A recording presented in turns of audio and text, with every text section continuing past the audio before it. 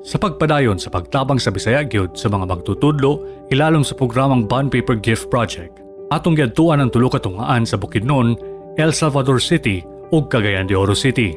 Una natong gituyuan ang Larok Elementary School sa munisipalidad sa Sumilao, Bukidnon. Diin gihatagan ta og maayong pagtagad ni Barangay Kisulon Chairman Albert Gabriel de Mesa ug Konsehala Jem Baula.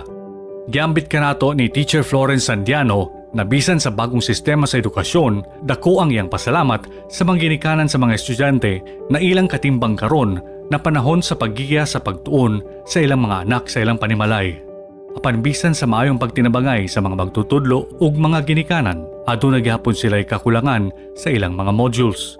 Thankful kaayo mi sa Bisaya gyud nga kami na pili nila as recipient sa bond papers. Kani siya usa gyud ni siya ka dakong tabang para sa among mga maestra para mapaabot pa namo sa mga bata ang mga modules bisan pa og tuwa sila sa liyo. Kani siya makatabang sa amoa para maka-produce pa ug daghan pa nga mga ADMs para sa among mga kabataan diri sa Larok Elementary School. Daghan kayong salamat ug God bless sa inyong tanan. Giadtuan usab nato ang St. John Elementary School diin matod ni Teacher Jonah Fogoso ang ilang eskwelahan katudlo sa mga katutubong badyaw na nanginanglan og saktong paggiya.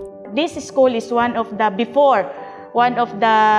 ingon nila DDU, depressed, deprived, underserved nga eskwelahan before. But now, nga daghan na kay nakaila sa St. John thanks to those previous mga principals nga naila na gyud ang St. John through Brigada Eskwela, daghan na ang mga nag-donate, no? Some way, somehow, ang mga bata nga nanginahanglan sa tabang, natagan gyud. Especially ang mga badyaw, nga gitawag na mo gudyaw. They are not badyaw as bad.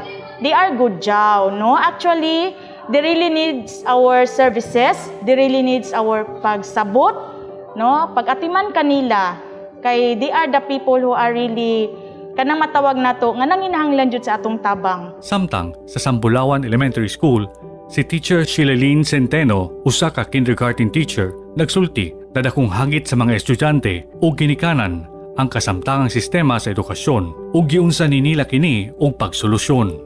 Kaning mga modules kay among ga i-distribute every Monday, then napoy retrieval same day, then kani sila as gihatag namo kada learner namo sa tanan mga bata maka-receive sa modules. Then also we give assistance sa among mga bata or mga parents in case kung na sila dili masabtan, especially katong mga lisod-lisod na nga mga terms. So amo pong tagubangan ang mga ginikanan para pod ila pong matudloan or mapasabot ang ilang bata sa mga kung unsay naa sa atong module.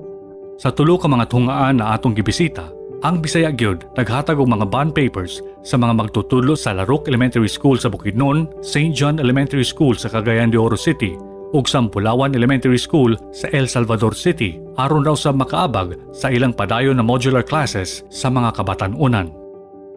Nagmalampuson man ang pagbalik eskwela sa mga estudyante ilalom sa distance learning program sa Department of Education.